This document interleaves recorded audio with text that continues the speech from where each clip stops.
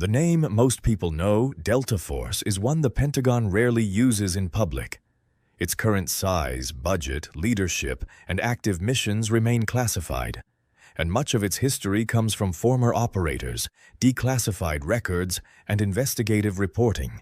Yet the unit has hunted some of the world's most wanted terrorists, rescued hostages under fire, and, according to multiple reports, took part in the January 2026 operation that captured Venezuelan President Nicolás Maduro in Caracas.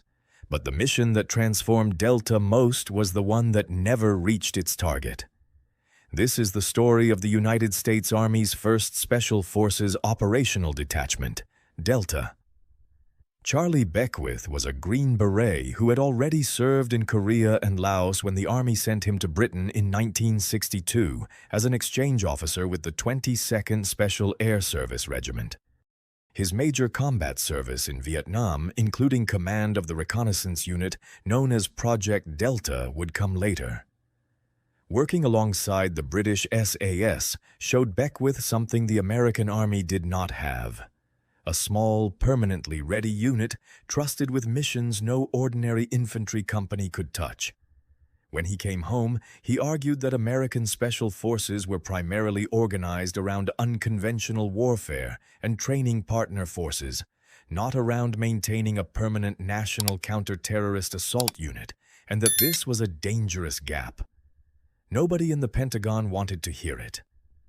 Building a new kind of unit meant new doctrine, new funding fights with the other services, and admitting the existing structure was not enough, so for years, Beckwith's proposal simply sat. What finally moved it was terrorism itself. Through the early 1970s, hijackings and hostage-takings multiplied around the world, and each one exposed the same hole in American capability. By the mid-1970s, senior Army leadership finally appointed Beckwith to build the force he had been describing for more than a decade. How long would it take? Beckwith had already asked a British officer, Brigadier John Watts, that same question in 1976. Watts told him privately that a single SAS-style squadron could realistically be built in about 18 months, but advised him to tell the Americans 2 years, and not to let anyone talk him out of that number. To justify the timeline, Beckwith and his staff wrote up what they nicknamed the Robert Redford Paper, laying out why the unit needed a slow, 4-phase selection and assessment process instead of a rushed one. Then, in October of 1977, an event thousands of miles away made Beckwith's argument for him. Terrorists hijacked a Lufthansa airliner and forced it down in Mogadishu, Somalia, murdering the aircraft's captain during the ordeal.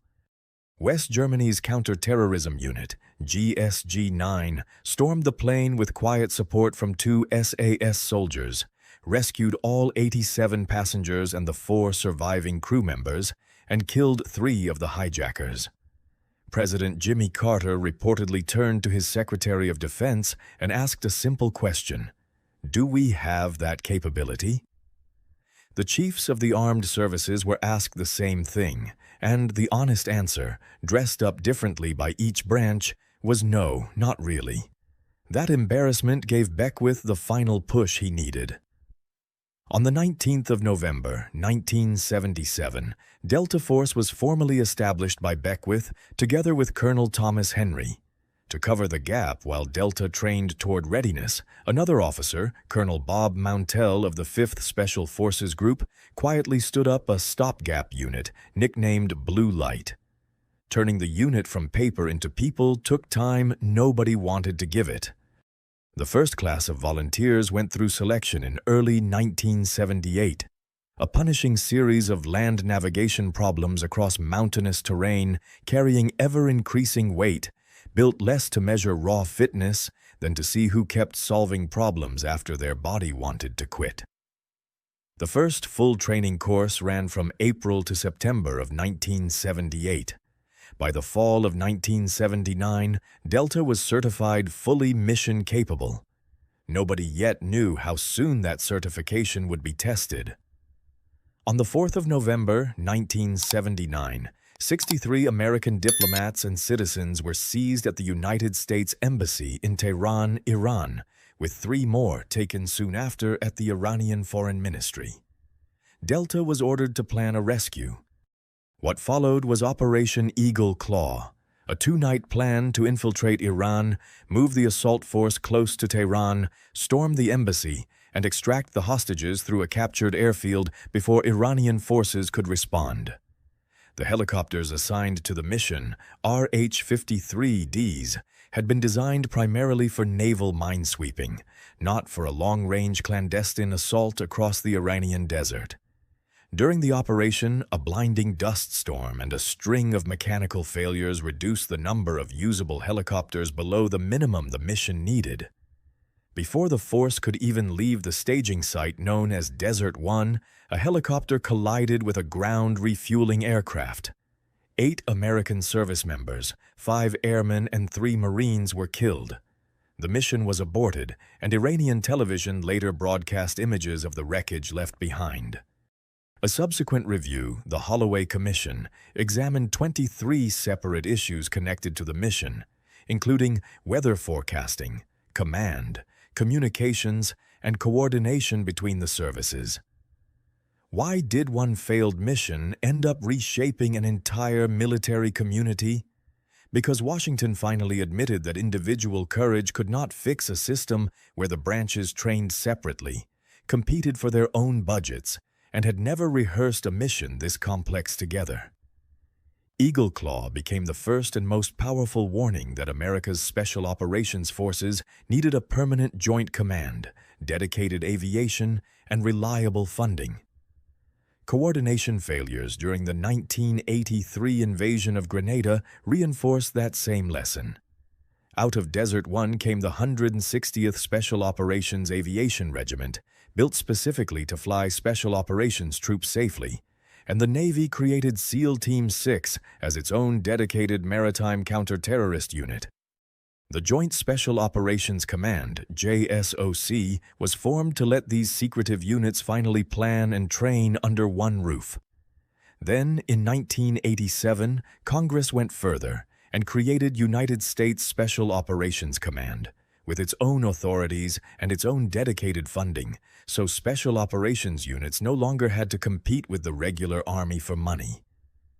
From that point, Delta stopped being an experiment and became a permanent, evolving institution. Because its current organization is classified, every public description of it is necessarily approximate. Former operators and military journalists have described several assault squadrons, a specialized reconnaissance element, an aviation component, and extensive intelligence, communications, and combat support units, all administered by Army Special Operations Command while operating under JSOC. Getting in is built to strip candidates down to almost nothing. Public accounts, particularly former operator Eric Haney's description of the unit's early selection process, describe an assessment built around solitary land navigation, escalating distances, heavier loads, and deliberately hidden time limits. Selection reportedly opens with a standard physical test and an 18-mile night march, then moves into a series of land navigation courses alone in rough terrain, and closes with a roughly 40-mile march known as the Long Walk, completed under a time limit nobody is told in advance. These details describe publicly reported versions of selection and may not reflect the course as it runs today. Candidates who pass then face a review board of instructors and psychologists before being told, one at a time, whether they were selected. Those who make it through enter what former members have historically described as a roughly 6-month operator training course, built around marksmanship precise enough to clear rooms where hostages stand beside threats, demolitions and breaching, and live-fire exercises in mock buildings, aircraft, and ships alongside snipers and assault teams. Survival training built around resisting interrogation if captured is treated with equal seriousness.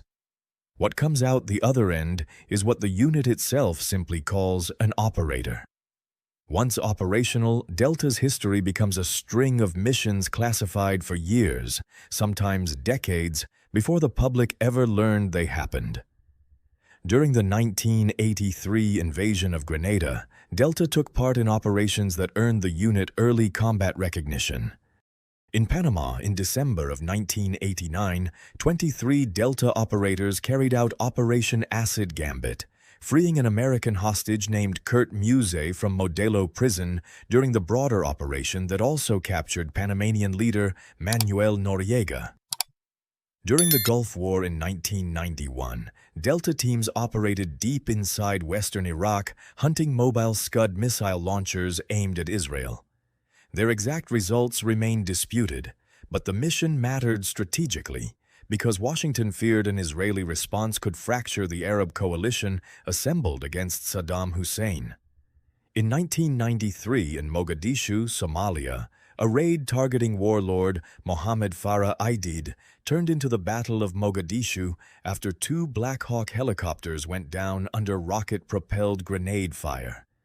2 Delta operators, Master Sergeant Gary Gordon and Sergeant First Class Randy Shugart, were killed defending one of the downed crews and were posthumously awarded the Medal of Honor, the nation's highest recognition for battlefield valor.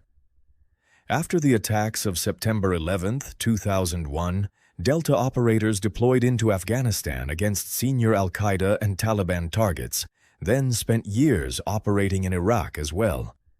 In September of 2012, during the attack on American facilities in Benghazi, Libya, 2 service members attached to Delta traveled from Tripoli with a rescue team and helped defend and evacuate the surviving Americans. One later received the Distinguished Service Cross, the other the Navy Cross. In October of 2019, an assault force widely identified in public reporting as Delta Force carried out Operation Kayla Mueller against Islamic State leader Abu Bakr al-Baghdadi in Syria. Cornered inside his compound, al-Baghdadi detonated a suicide vest, killing himself and 2 of his own children rather than surrender. Delta's wall of secrecy has cracked by accident more than once.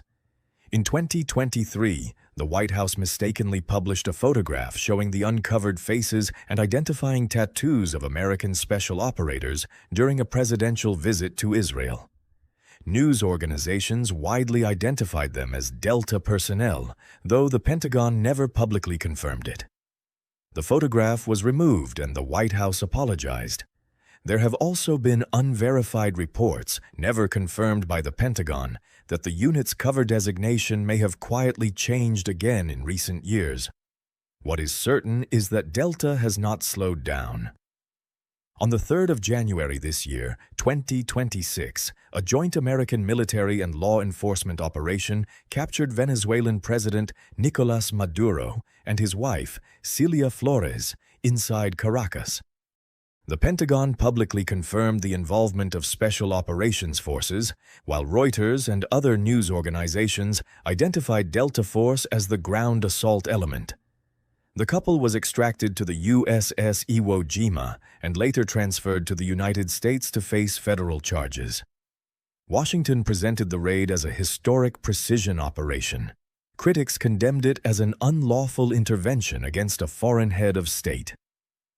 What began as one officer's report about a gap in American capability grew into a force whose actual size, current commander, and daily operations remain officially unknown to the public it protects. Its worst failure, Desert One, rebuilt the entire American Special Operations system around joint command and dedicated funding. Its successes, from Panama to the hunt for al-Baghdadi to the capture of a sitting head of state this year, are still, by design, revealed only in fragments, long after the fact. That has never been an accident. It is the whole point of the unit Beckwith built. Which part of this story surprised you most? The disaster at Desert One or the scale of the operation in Venezuela? Let me know which unit we should cover next, and subscribe for more histories of the world's most secretive military and intelligence organizations.